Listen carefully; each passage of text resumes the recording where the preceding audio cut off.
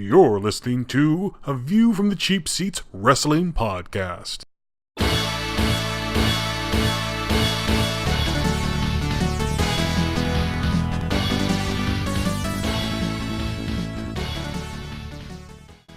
This week marks a huge occasion for a company I actually fell in love with a long time ago. That's Chikara Pro, just sometimes is known as Chikara nowadays.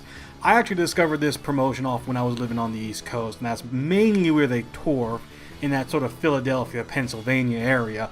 And it is a family-friendly lucha production.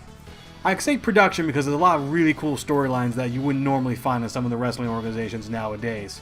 It's very entertaining. Like I said, it's very family-friendly. There's no cursing, no over-ultra violence, great characters, and also, most importantly, great wrestling. This week, they are marking their biggest show of the whole year. Shows, actually, because it actually takes place in 3 nights. And that is their King of Trios. What is King of Trios, you may ask? Well, King of Trios is actually a tournament, a single elimination tournament, dividing up teams of 3. Trios, the lucha variation of, 6-man tags, basically. It's a little bit different. If no one's ever actually seen Chikara, I'm going to say lucha a lot, because they run under luchador rules with their multi-man matches, in that no tag is actually required. If your teammate leaves the ring, let's put it that way, teammate leaves the ring, both feet touch the floor, it counts as a legal tag. Someone else can jump right into the action. It's very good, and when done properly. This can be very confusing, but there have been some amazing back and forth matches that you get really excited for and get really into, just because sometimes the action can just go boom, boom, boom, boom, boom. You don't necessarily have a tag, but you can have the tags, you can have hot tags and things like that. Now, this year it's a little bit different. There's a little bit more, I guess, air to the shows themselves, because I guess these are usually the biggest shows of the year. A lot of times, though, in the past several years, they've gone out of their way to get some real big international teams, mostly from Japan, but they've actually gotten some teams from Mexico before and from Europe. And as I mentioned in my past show, they got one team from Europe, but not a lot of international teams, say from Japan or Mexico this time. And I know why they're doing it. At least I think I know why they're doing it. And I'm actually kind of glad they're doing it. Since this year's been sort of the revival of Chikara, the idea of having their biggest show of the year consists of almost all of their Chikara roster, puts the main focus on their roster and puts the main focus back on their storylines they're going through, which is Chikara's revival against the evil, I'm not sure evil, but the bad guys, the Flood, with all of their old nemesis kind of coming together in this one big group. And so you actually want to see a lot of that intertwined in King of Trios. Since it is a Chikara versus the Flood, you want to see Chikara versus Flood matches. There were a few surprises, like I mentioned, the Spirit Squad, and since then they've announced all of their teams, all of their trios, and big surprise actually came in one of their final teams that they announced. But let me go through some of the card real quick, and I'll kind of go through all of them as best as I can through the night 1 anyway, because night 1 will consist of nothing but trio matches. You have the Team UK, which I talked about a couple shows ago. Damien Dunn, Mark Andrews, and Peter Dunn. They're going to go up against the Block Party of Mr. Azerbaijan, Parker Star Saber, and Borv Moldorf. I'm pretty sure I've said that last one wrong. Anyway, this is their one international team versus and the Block Party are heels. So you have this sort of Chikara standard team right there. Next up is going to be the Gakido, which is 17, Pieces of Hate, which is a team consisting of Jigsaw and the Shard, versus Night Eye for the Pirate Guy. And this is an old Chikara team. This is actually a Chikara team I saw when I went to go see the Tag Team World Grand Prix years upon years ago, which is Jolly Roger and Lance Steele. Jolly Roger is a pirate, Lance Steele is a time-traveling knight. They're also teaming up with Princess Kimberly, which is sort of their princess, their, I guess, manager-esque, wrestler-esque ally. There is actually a small storyline here, is that when Chikara shut down, the tag titles were sold off, and it was then found out that Princess Kimberly had bought them, and then they just handed it over to Night Eye for the Pirate Guy. And And then they lost that back to Pieces of Hate, who were the original champions at the time, and then the Pieces of Hate has lost it to the Throwbacks. So there is some bad blood between these teams. So that's obviously why they're kind of going against each other. Unfortunately, the next match I want to talk about is sad because it involves the defending champion King of Trios from the last show, which was actually 2012, and that is the Spectral Envoy of Frightmare, Hollow Wicked, and Ultramantis Black. They're going up against another member of the Flood team, Jimmy Jacobs, Eddie Kingston, and Bulgar. And this made me sad because I feel like that means the Spectral Envoy might not make it to the second round. Because the whole point, the Flood would love, absolutely love to take away the titles, the King of Trios titles from Chikara. Absolutely they would love it because they don't have the tag titles anymore and they don't have the Grand Champion anymore. That's on Icarus. They want something to hold over a victory of Chikara. It's been a sort of a back and forth war, and the Flood, I think, are losing ground. So this is their chance to go through it. And I just feel like they're not gonna bulldozer over the Spectral Envoy, but I don't think the Spectral Envoy is going to get to the second round because of what the Flood wants to do. Now, here's sort of an interesting match. You have Old Fashioned with Jervis Cottonbelly, who is actually returning Jervis Cottonbelly because I think he was injured for a little bit. Then Marion Fontaine, I believe, and Thunder Kitty. First off, great names all around. They're going to be facing off against the Devastation Corporation of Blaster McMassive, Flex Rumble Crunch, and Max Smash Master. I don't know who would win here. It looks like you probably have the Devastation Corporation. They have the size advantage, most likely, and the strength advantage. But, I wouldn't put anything past Thunder Kitty at all. So, this one's sort of up in the air. I don't really know. I think it's going to be a really fun match because Old Fashioned and Devastation Corporation are very, very different in terms of both styles and presentation and work. So, you might see something kind of cool there.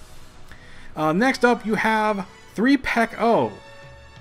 Yes, 3PEC-O. It's actually 3.0 of Scott Parker and Shane Matthews, a great tag team and a very standard in Chikara. And another standard of Chikara recently is Archibald Peck. And now they're facing off against the BDK, at least two members of the BDK, and Dr. Cube. The two members of BDK is Aries and Noken. I want to say I'm saying that right because it's a Swedish name, Nokken, but the O is slashed through, so there's an accent on it. So Noken? Maybe? Norken? I'm probably saying it wrong.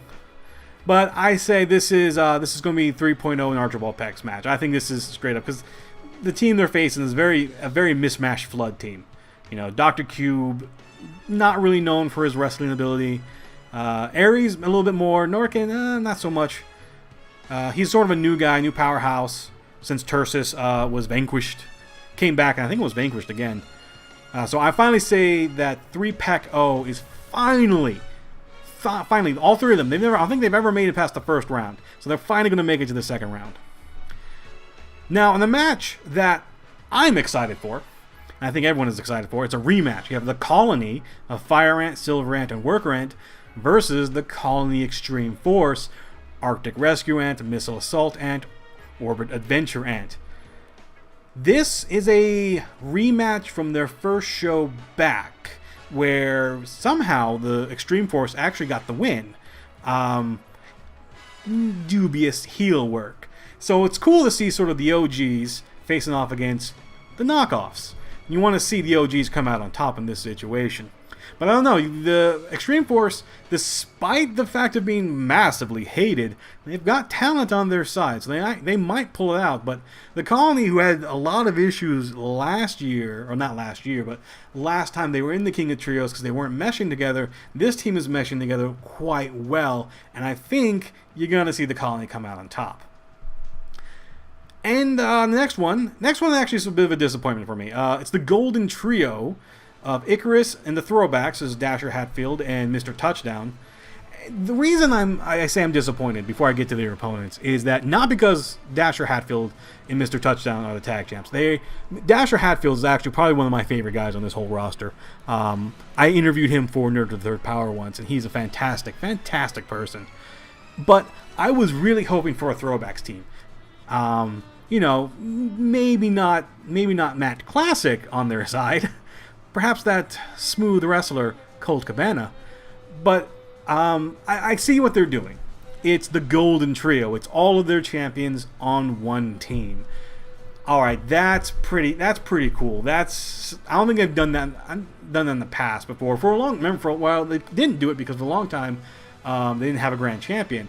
The grand champion's very, very new title for them still. I think it's only like 3 years old now. They've only had 2 champions. It's only been Eddie Kingston and Icarus.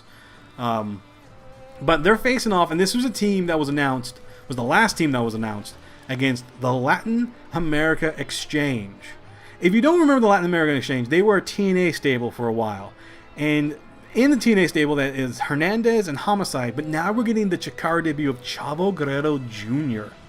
That, in and of itself, is probably ticket-worthy. Absolute ticket. Chavo Guerrero Jr. is an amazing veteran. And I think underrated by a lot of people. And you really need to see him wrestle again. And so I think bringing him into Chikara, a lucha-styled organization, is one of the smartest things I've seen in a long time. And keep this in mind, I know as I said TNA there, this is sort of a weird show. There's a lot of TNA connections with Chikara, which sort of made me raise my eyebrows a little bit. But I'll get to that a little bit later. Because we have one more trios match to talk about. It's cool because of who's in it. But I'm not really sure how good of a match it's going to be. You have the Auditorium of Oliver Grimsley, Queefy the Quiet. He's a mime. Mimes are like a level above clowns for me, but I still kind of hate them. And then Sin Brody. And they're facing off against, can you guess? I haven't mentioned them yet. The Spirit Squad. Yeah, Spirit Squad of Johnny, Kenny, and Mikey. This is going to probably be a comedy match if I ever saw one. And I'm guessing the Auditorium will probably get the win. I don't know that for a fact, but I'm getting the sense that they would probably go over the returning Spirit Squad, because the Spirit Squad hasn't teamed in a long time. They might be rusty. You're never really sure. But there is sort of a question mark on this match. I was following both on, mostly on Tumblr. I follow, I think, I Am Chikara on Tumblr. And there's being reported that Queefy was a name of a character on a D&D campaign. Kafka the Quiet? Kafka? Q-U-F-K-A. Q-E-F-K-A. Kafka? Probably Kafka. Anyway, he's a mime. He apparently was being reported that he hurt his arm at CZW last weekend, so he might not make it to King of Trios. But then someone was saying, I think he said, no, his arm's fine, he should be there. So I don't really know. It's still sort of up in the air. The reason I don't know is because I think it was first reported that he broke his arm, and that's like, oh God, that's a terrible injury. Then they're saying, no, he just sort of hurt his arm, and we just sort of hurt his arm. And now he's saying, oh no, my arm's okay. I was like, all right, guys, come on. Which is it? Is he okay? Is he not okay? I don't like this sort of back and forth. And even though in the age of the internet, that's all we get is back and forth. But that's all of night one. That is all of night one. And, night one usually is consistent of King of Trios, King of Trios, King of Trios, King of Trios. And then the winners go on to night 2, and those winners go on to night 3. But at the same time, when you have night 2, you have to fill up some time, because you only have several teams that go through in the tournament. So what else are you going to fill it up with? Well, how about another tournament? Yeah, they have a tournament within the tournament. Rey de Varados. Again, I'm probably saying that wrong, and I'm very sorry if I am. But this is a 4-corner elimination matches, where and then the 2 winners of that match will go on and face each other. They've done this several times, I believe, during the King of Trios tournaments, and they've actually been really fantastic. I believe El Generico won one. I think Sean Waltman, aka the 1-2-3 Kid. No, El Generico won because he beat 1-2-3 Kid. That's right. So these are actually some pretty fast-paced matches. In the first one, it's the only one that actually has all 4 guys announced as I'm recording this. Is Chuck Taylor, Rich Swann, Sharon, and Tigre Uno. And that raised my eye again, because Tigre Uno is also working for TNA. So I kind of was like, huh, that's interesting. Is he also getting more, independent time? Because TNA is sort of in this weird trouble right now, and they're not really sure if their TV show is going to continue past October. So maybe some guys on the roster are kind of looking around going, well, I'm going to need a paycheck somewhere. Hey, those guys are booking. So maybe, or maybe they just asked TNA. Because the reason I say that is when I get to a little bit later, there's another TNA star that sort of pops up. But the second round of that, the second elimination match, which is happening, only has 3 guys in it so far. Armasis, Orlando Christopher, and Sanada. And Sanada also working TNA, also working Wrestle 1 in Japan. So, here is a sort of international star coming in. But not trios, just one. And, that's it's almost like two TNA roster guys coming over. Raise my eyebrow a little bit higher. I don't know who's going to win this, to be quite honest. I know Chuck Taylor's won one before, but I have no idea who will win this one. I would say, in the first one, I would say probably Chuck has the advantage to win, because he's won one before. He's going up against a couple of guys who've not faced off before, at least I don't think, in Tiger Uno, and he might have faced Rich Swann at least once before, or Sharon. So again, this is sort of up in the air, but I'm saying Chuck Taylor might win it over. For the second one, I don't know who the fourth name is yet, and it'll probably be announced when I finish this episode, knowing my luck. So it might have been Ophidian, but unfortunately, Ophidian has had his ring gear stolen, which is terrible. I don't know who would really do that, but if anyone can help him out, check him out. If you follow him on Twitter or anything like that, the news has been passing around. If you live in that sort of Philadelphia area, keep on the lookout for a navy blue duffel bag, masks, a ring gear, basically. Like, seriously, that's his livelihood. Someone just stole his livelihood. Like, seriously, like, what jerk will walk around? Oh, look, cool stuff. I'm gonna take it. Anyway, off my soapbox there. But we have 2 single matches. Also, we're going to take a look at fun little single matches. You have Ashley Remington, smooth sailing, facing off against former WWE star Yoshitatsu. This is not Yoshi's. I don't think this is Yoshi's first independent booking. I think he got booked a couple times already. But this is definitely his Chikara debut, and if anyone's been watching some smooth sailing in his matches before, I think he's undefeated. I do believe he's undefeated. But this is going to be a challenge, because we don't know which Yoshi. Is it going to be Dark Side Yoshitatsu, or is it going to be regular, fun-loving Yoshitatsu? We're not sure. That's actually going to be a fun match to watch. I would actually really like to see that live. The second singles match is Juan Francisco de Coronado versus the Rockstar Spud, and this has been titled The Battle of the Bow Ties. Both men are very fashionable with their bow ties, and Rockstar Spud is also another TNA name. You see the pattern? I'm like, this is very odd to me. That these guys on TNA are working Chikara. Not that it's like out of the question or anything, but it's just, wow, they're kind of all there. And again, that could just because TNA is slowly bleeding to death. But that's sort of night 2. Night 2, you have the rest of the King of Trios, and some fun matches in between it. And then night 3 is the grand finale. You have your 2 semifinal King of Trios match, and then your King of Trios final. But then you also have the Ray final that you have to look for in those 2s. And then there's an 8-man tag they added on, which is going to be the Submission Squad. And the Submission Squad, poor guys. If you don't know the history of the Submission Squad, I remember they got signed to do a Chikara, I think King of Trios match once before, and they had like a bad match and got like booed tremendously, like out of the building. And the reputation that seemed to follow was, well, these guys suck. What are they doing? Get them out of here. And you feel bad because these guys were. Because they sort of picked them back up. They kept them on. They picked them back up. They would show up, but they would kind of have the running joke that their car would break down, or they can't make it to the show and things like that. And people were like, "Yeah, we don't want them on the show because they're terrible." But they've had actually a couple of matches lately I think have sort of opened up people's eyes that, oh, that match they had, yeah, it was a bad match, but they're actually not that bad.